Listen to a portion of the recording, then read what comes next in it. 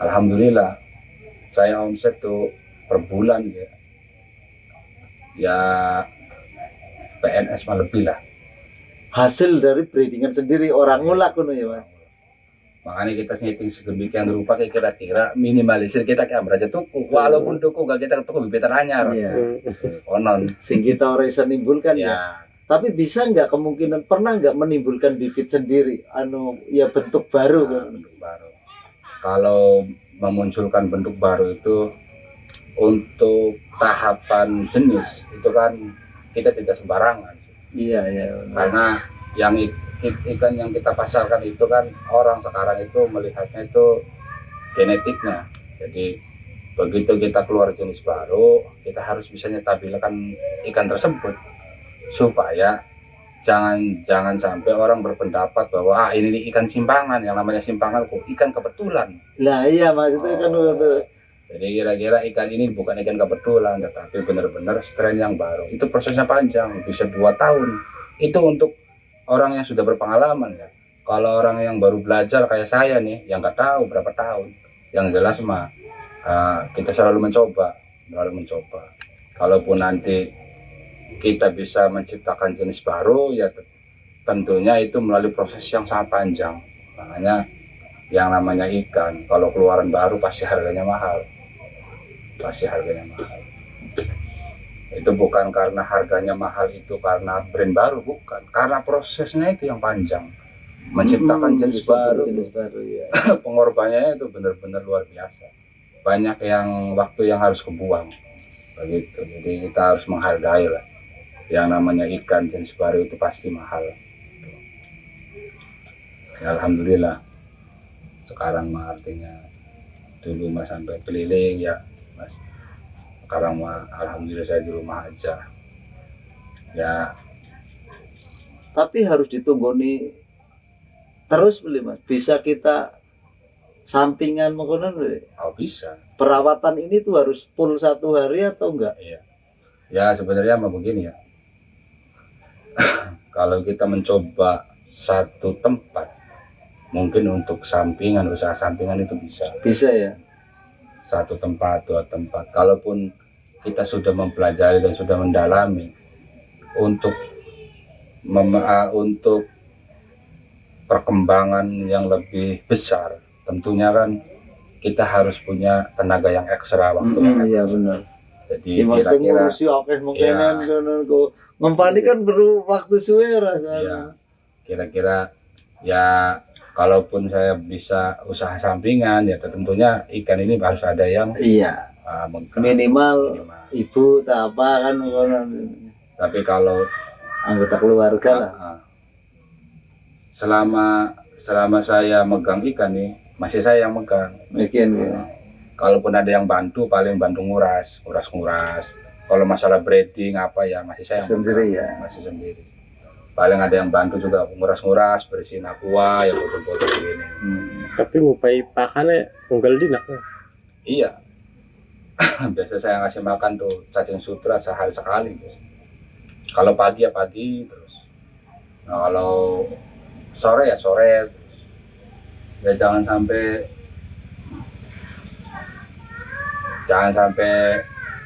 apa ya, ikan ini nggak makan. Kalau nggak makan takutnya suhunya rubah, bisa-bisa ikan sakit, iwak larat bisa. Kok sebelum ke proses skin kita taruh pasar dikit gini saat.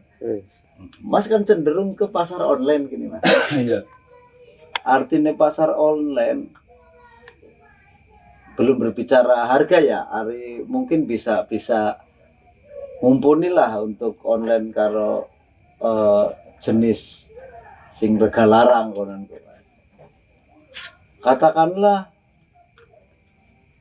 selain di online gini Mas, bisa nggak pemasaran?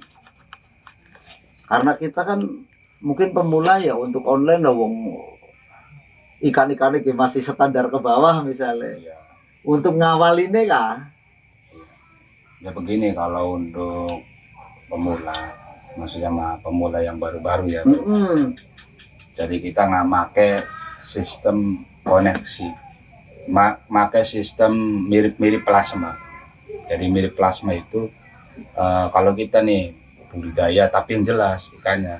Contoh ikan dari si A, ya kan. Nah si A nih berani nggak ngambil ikan yang saya ambil ya. anakannya, Iya. contoh umur 2 bulan, Iya. berani nggak ngambil. Nah, kalau memang dia itu sudah biasa, pasti berani. Pasti berani ya.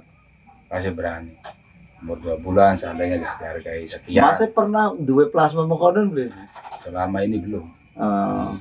Karena begini ya, teman-teman yang belajar sekarang, kebanyakan nih, memang kebanyakan milenial coba.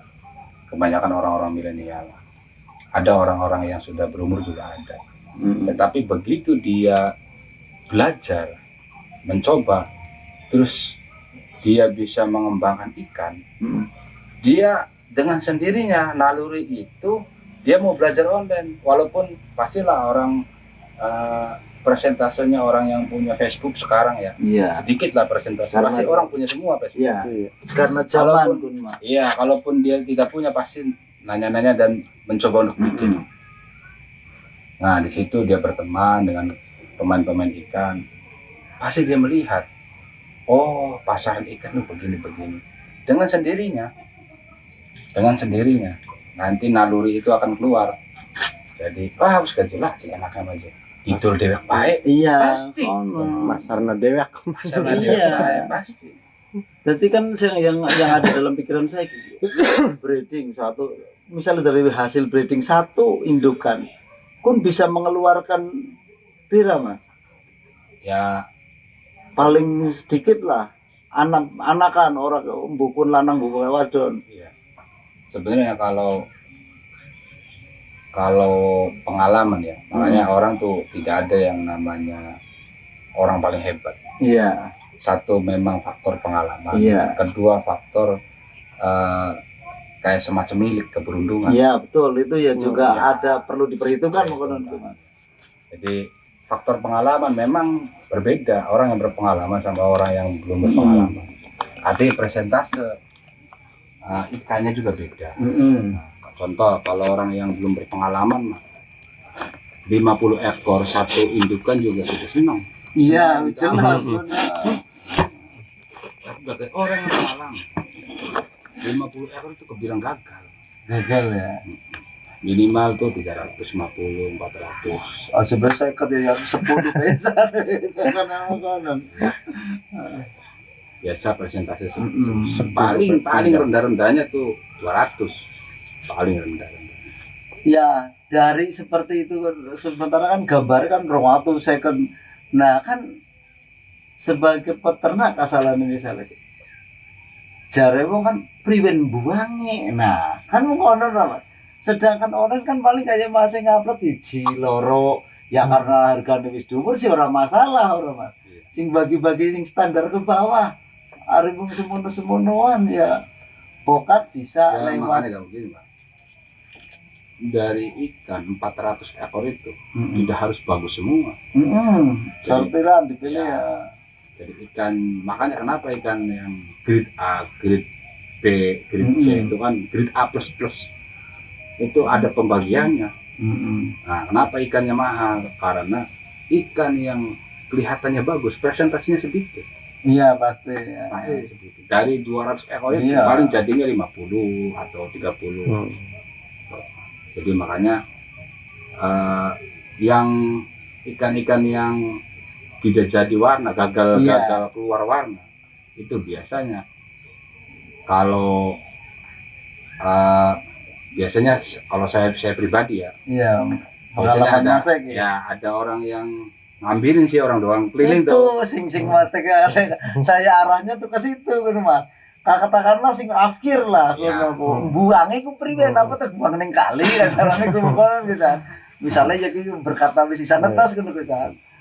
Tapi kalau ini bagi saya ya yang terbilang pemula lah, masih sayang sama uang. Tapi kalau bagi teman-teman yang di luar sana, yang di Jakarta, yang di luar sana, artinya ikan yang paling bawah afkir itu biasanya dia tuh ya ada yang dibuang ke selokan, ada yang dikasih makan lohan, ya macam-macam lah. Iya lah, ini kan Macam-macam. macam-macam. Cuma kalau saya pribadi mah kalau nggak saya kasihin ke anak-anak ya saya ini biasanya Iya ya harus kelas makanan pasti orang peduli. Iya. Hari kita kan ya berbicara nih dari duit lah ngomong-ngomong. Apakah saya keliling ke sekolahan konon kan. jadi memang tahapannya beda-beda sih. Makanya tadi tuh pengalaman. Kuncinya sih begini, kunci untuk kita memulai budidaya, mulai aja dulu. Wis, yang penting bergerak lah dikit. Bergerak tuh. Iya iya iya. Bergerak senang dikit lah. Bergerak senang dulu. Saya pengorbanannya banyak. Kalau disuruh dengan uang, makanya kenapa orang kadang ada yang dia itu berani untuk menjawab orang yang bertanya tentang budidaya. Sebenarnya ada yang dia acuh, cuek, ada yang apa ya tidak pelit lah, karena memang ngukur pengalaman ini benar-benar pengorbanannya banyak. Saya waktu belajar saja banyak ikan yang saya korbankan. Ada korban aku gagal. Iya. Ngawinakan mati buah. Iya. Tuku maning. Ngawinakan maning mati maning tuku maning. Nah, atas kibir besar yang gede nih. Iya. Anaknya mati kan. Wis rong balen. Iya. Begitu. Karena kita kontak-kontakin siapa. Nah, sekian mah enak. Artinya banyak pelaku usaha budidaya ikan cupang di Indramayu. Nah dari pengalaman seperti itu kan mas orang-orang sing protek ngomong Ya. Kalau itu mah wis karakter bagi saya mah. Hari kita mau wis apa jari materan ya keberuntungan pasti ada dan kita berbagi ilmu siapa ruginya kan ya mungkin kan untuk pesaing bisnis nantinya orang-orang sing ditutup diprotek konon kuma. Ya bagi saya pribadi sih ya sekarang sudah marak ya pemain-pemain yang bermunculan di Indramayu yang baru-baru banyak bermunculan sekarang. Apakah saya merasa saya bersaing? Adakah rasa seperti Ya. itu kononku? Tapi kalau saya pribadi, saya sih selalu memegang bahwa rezeki itu sudah ada yang diatur. Pak, kalau saya megang satu rezeki ada yang tidak ada yang atur. Kedua, kalau kita ngasih ilmu ke orang lain, suatu saat kita akan menemukan ilmu baru. Walaupun ya anak kecil yang merugi atau Iya.